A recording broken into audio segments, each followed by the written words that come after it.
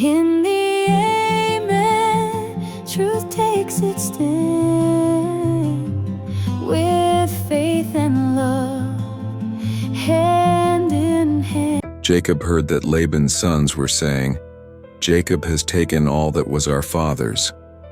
And Jacob noticed Laban's attitude was no longer favorable toward him. Then the Lord said to Jacob, "Go back to the land of your fathers and relatives, and I will be with you." Jacob called Rachel and Leah to the fields.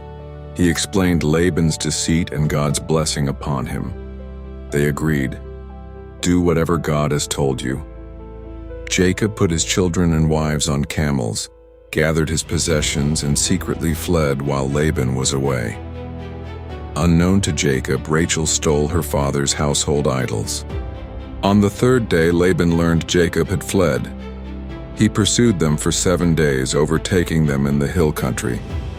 But God warned Laban in a dream, "Do not say anything to Jacob, good or bad."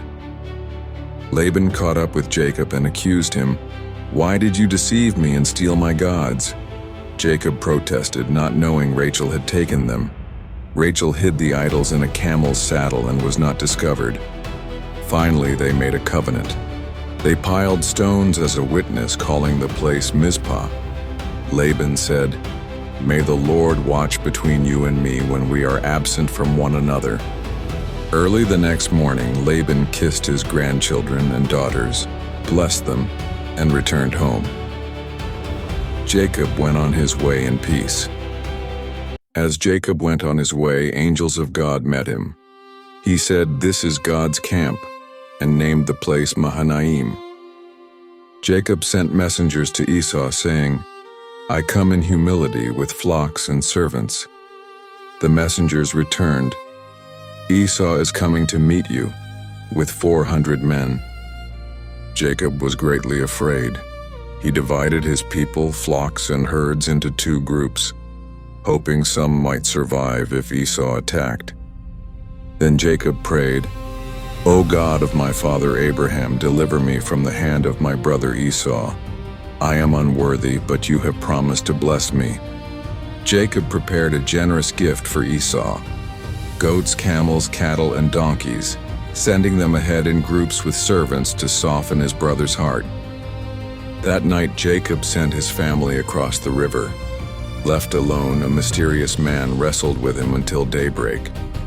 The man touched Jacob's hip and wrenched it, but Jacob held on. "I will not let you go unless you bless me." He replied, "Your name will no longer be Jacob, but Israel, for you have struggled with God and with men and have overcome." The sun rose as Jacob limped away, blessed and renamed Israel.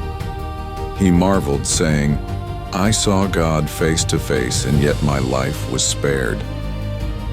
Jacob looked up and saw Esau coming with 400 men. Fear rose within him, but he arranged his family in careful order. Jacob went ahead of them, bowing to the ground 7 times as he approached his brother. But Esau ran to meet Jacob, embraced him, threw his arms around his neck, and kissed him. Together they wept. Esau looked at the women and children and asked, "Who are these with you?" Jacob replied, "They are the children God has graciously given your servant." Jacob pressed Esau to accept the gifts of livestock he had sent ahead, saying, "Please accept this blessing from me, for God has been gracious to me." Esau at first refused, but then accepted. Esau returned to Seir, while Jacob traveled on to Succoth, building shelters for his family and flocks. Thus the brothers parted in peace.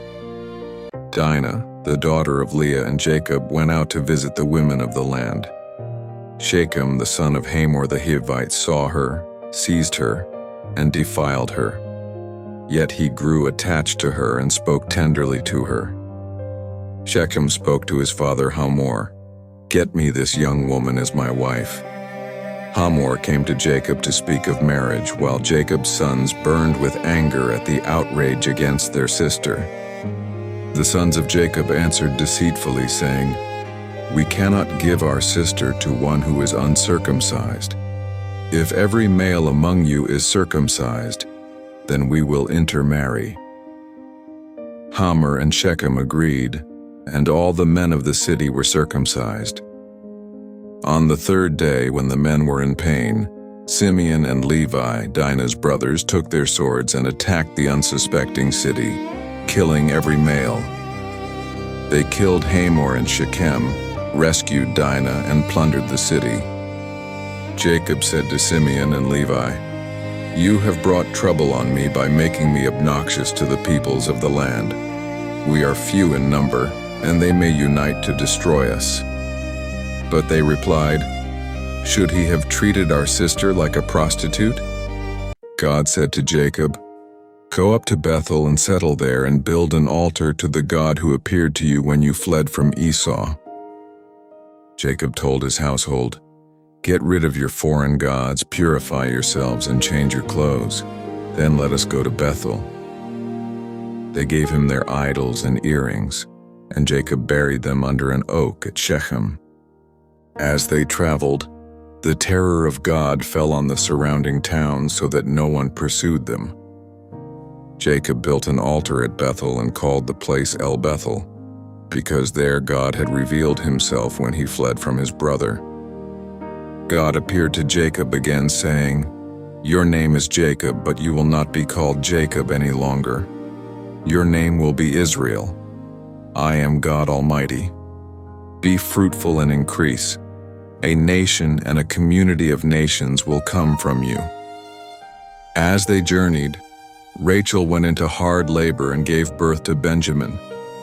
But her labor was severe, and Rachel died, naming him with her last breath. Jacob buried her on the way to Bethlehem and set a pillar over her tomb. Jacob now had 12 sons: Reuben, Simeon, Levi, Judah, Issachar, Zebulun, Joseph, Benjamin, Dan, Naphtali, Gad, and Asher. Jacob came to his father Isaac at Mamre. Isaac lived to 180 years and died, and his sons Esau and Jacob buried him together. This is the account of Esau, who is Edom. He took his wives from the women of Canaan, and his sons were born in the land of Seir. The sons of Esau became the chiefs of the Edomites, each with their families, clans, and territories. The kings who reigned in Edom did so long before any king reigned in Israel. These were the descendants of Esau, the father of the Edomites, a nation that endured beside Israel. Jacob loved Joseph more than any of his other sons because he was born to him in his old age, and he made him a richly ornamented robe. When Joseph's brothers saw that their father loved him more than them, they hated him and could not speak a kind word to him. Joseph said, "Listen to this dream I had. We were binding sheaves of grain, and mine stood upright while yours bowed down to it." His brothers said, "Do you intend to reign over us? Will you actually rule us?" And they hated him all the more. Joseph had another dream. "The sun, moon, and 11 stars bowed down to me." When he told his father, Jacob rebuked him but kept the matter in mind. One day Jacob sent Joseph to check on his brothers. When they saw him coming in his robe, they plotted, "Here comes the dreamer, let's kill him." Reuben persuaded them not to kill him but to throw him into a pit. They stripped Joseph of his robe and cast him into an empty cistern. As they sat down to eat, they saw a caravan of Ishmaelites. Judah said, "Let's sell him." So they sold Joseph for 20 pieces of silver, and he was taken to Egypt. The brothers dipped Joseph's robe in goat's blood and showed it to Jacob. He wept bitterly, saying, "Surely Joseph has been torn to pieces." Meanwhile, the Midianites sold Joseph in Egypt to Potiphar, an official of Pharaoh and captain of the guard. At that time, Judah left his brothers and went down to stay with a man of Adullam. He married a Canaanite woman, and she bore him 3 sons, Onan, and Shelah. Judah chose a wife for his firstborn. Her name was Tamar. But was wicked in the Lord's sight, and the Lord put him to death. Judah told Onan, fulfill your duty to your brother's wife." But Onan refused to produce offspring for his brother, and the Lord put him to death also. Judah said to Tamar, "Live as a widow in your father's house until my son Shelah grows up." But Judah never intended to give her to him. Years later, Judah's wife died. Tamar disguised herself with a veil and sat by the roadside. Judah thought she was a prostitute and approached her, promising a young goat as payment. She asked for his seal, cord, and staff as a pledge. 3 months later, Judah was told, "Your daughter-in-law Tamar is guilty of immorality." Judah ordered her to be burned. But Tamar sent Judah's seal, cord, and staff, saying, "The father of my child is the man to whom these belong." Judah recognized them and said, "She is more righteous than I, since I did not give her to my son Shelah." In time, Tamar gave birth to twin boys, Perez and Zerah. Perez would become an ancestor of King David and of the Messiah to come. Joseph was taken down to Egypt and sold to Potiphar, an officer of Pharaoh. The Lord was with Joseph, and he prospered in all he did. Potiphar saw that the Lord gave Joseph success in everything, so he put him in charge of his entire household. From then on, the Lord blessed all that Potiphar had. Now Joseph was handsome and well-built, and after a time Potiphar's wife said, "Come, lie with me." But Joseph refused, saying, "How could I do such a wicked thing and sin against God?" Though she spoke to Joseph day after day, he refused. One day, when none of the servants were inside, she caught him by his cloak. Joseph left his cloak in her hands and ran out of the house. She called the servants and said, "Look, this Hebrew tried to make sport of me, but he fled, leaving his cloak beside me." When Potiphar came home, she told him the same story. When Potiphar heard this, he was furious and had Joseph thrown into prison. Yet even there the Lord was with Joseph, granting him favor in the eyes of the warden. While Joseph was in prison, Pharaoh's cupbearer and baker were confined there as well. The captain assigned Joseph to attend to them. One night, both the cupbearer and the baker each had a dream. In the morning they were troubled, and Joseph noticed their sadness.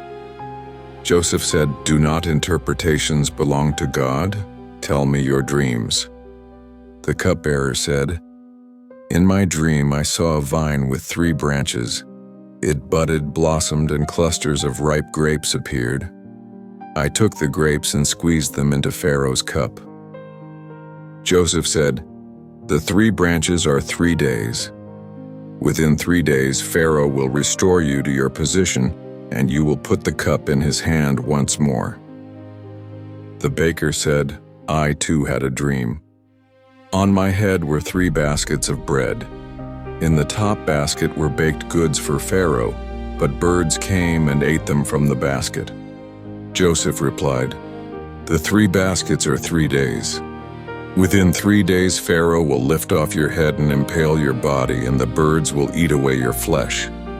On Pharaoh's birthday, the cupbearer was restored to his position, but the baker was executed just as Joseph had said. Yet the cupbearer forgot Joseph.